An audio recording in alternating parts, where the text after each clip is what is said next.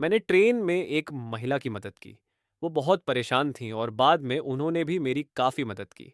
उस रात ट्रेन में ऐसा क्या हुआ था जिसने मेरी ज़िंदगी की यादों में एक अलग जगह बना ली? आइए जानते हैं।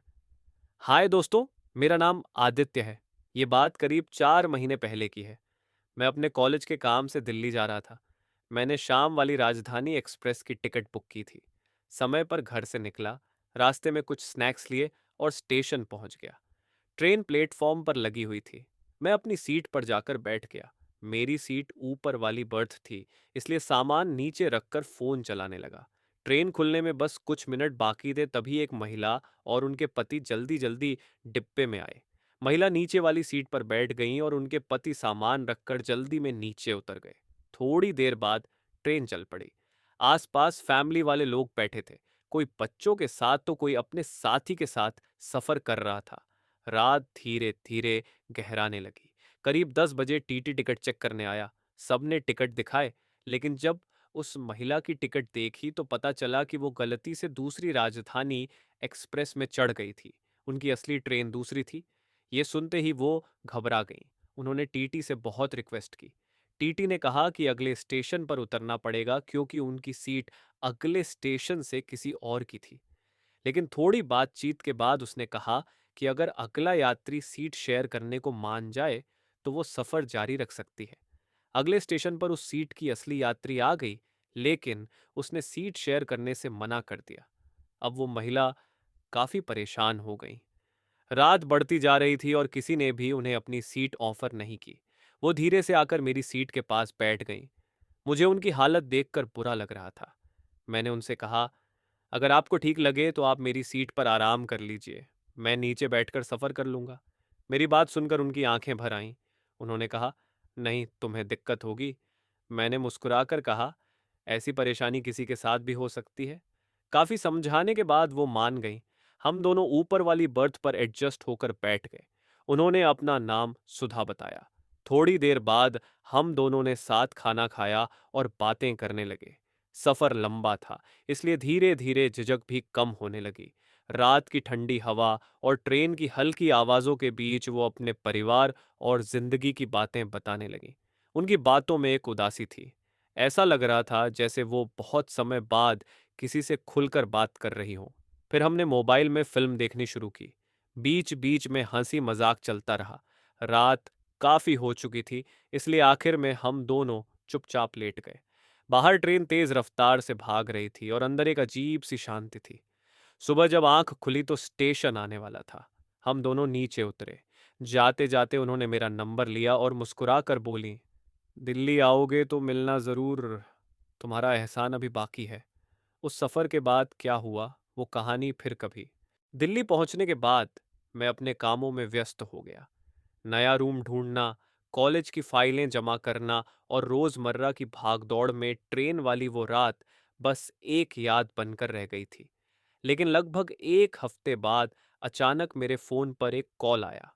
फोन उठाया तो दूसरी तरफ सुधा जी थीं। उन्होंने मुस्कुराते हुए कहा, आदित्य, पहचान लिया? मैं थोड़ा चौंका, फिर हंसते हुए बोला, अरे सुधा जी, कैसे भूल सकता हूँ। उन्होंने बताया कि वो भी अब दिल्ली आ चुकी हैं और अपने पति के साथ यहीं रह रही हैं। फिर बोली, तुमने उस रात मेरी इतनी मदद की थी, कम से कम एक कॉफ़ी तो बनती है। मैंने ज़्यादा सोचा नहीं और मिलने के लिए हाँ कर दी। अगले दिन हम एक छोटे से कैफ़े में मिले। वो हल्के नीले रंग की साड़ी में थीं और पहले से काफ़ी खुश लग रही थीं। उन्होंने मुझे देखकर मुस्कुराकर कहा, अब तो दोस्त हो, इतनी फॉर्मेलिटी मत किया करो। हम काफ़ी देर तक बातें करते रहे। उन्होंने मेरे लिए खाना भी ऑर्डर किया। फिर अचानक बोली, तुम्हें रूम मिल गया या अभी भी ढूंढ रहे हो? मैंने कहा कि अभी भी दिक्कत चल रही है। दिल्ली में अच्छा और सस्ता रूम मिलना आसान नहीं था। उन्होंने कुछ देर सोचा और बोली, हमारे घर के पास एक फ्लैट खाली है, चाहो तो मैं बात करवा सकती हूँ। मैंने धन्यवाद कहा। सच कहूँ तो उस समय उनकी मदद मेरे बहुत काम आई। अगले 2 दिनों में ही मुझे रहने के लिए अच्छा कमरा मिल गया। उसके बाद हमारी बातचीत बढ़ने लगी, कभी कॉल पर कभी मैसेज पर। वो अक्सर पूछती कि खाना खाया या नहीं, कॉलेज कैसा चल रहा है। कोई परेशानी तो नहीं? धीरे धीरे मुझे महसूस होने लगा कि वो मुझे सिर्फ एक दोस्त नहीं मानती, बल्कि मुझ पर भरोसा करने लगी थी। एक शाम उन्होंने मुझे अपने घर बुलाया। उनके पति ऑफिस के काम से बाहर गए हुए थे और बच्चे अपने दादा दादी के यहाँ थे। मैं थोड़ा झिझकते हुए गया। उन्होंने घर का बना खाना खिलाया। उस दिन वो काफी खुश लग रही थी। खाने के बाद हम बालकनी में बैठे बातें कर रहे थे। ठंडी हवा चल रही थी और नीचे दिल्ली की सड़कें चमक रही थीं। कुछ देर बाद वो धीरे से बोलीं, तुमसे बात करके अच्छा लगता है आदित्य। बहुत दिनों बाद ऐसा लगा कि कोई मुझे समझता है। मैंने उनकी तरफ देखा, लेकिन कुछ कहा नहीं। उन्होंने मुस्कुराकर पूछा, क्या सोच रहे हो? मैंने कहा, बस यही कि जिंदगी कितनी अजीब होती है। एक गलत ट्रेन और किसी नए इंसान से मुलाकात। वो हंस पड़ी। उस रात काफी देर तक बातें होती रहीं। उन्होंने अपने सपनों, परेशानियों और जिंदगी की अधूरी खुशियों के बारे में बताया। मुझे एहसास हो रहा था कि वो अंदर से बहुत अकेली थीं। रात ज्यादा हो गई थी, इसलिए मैं जाने लगा।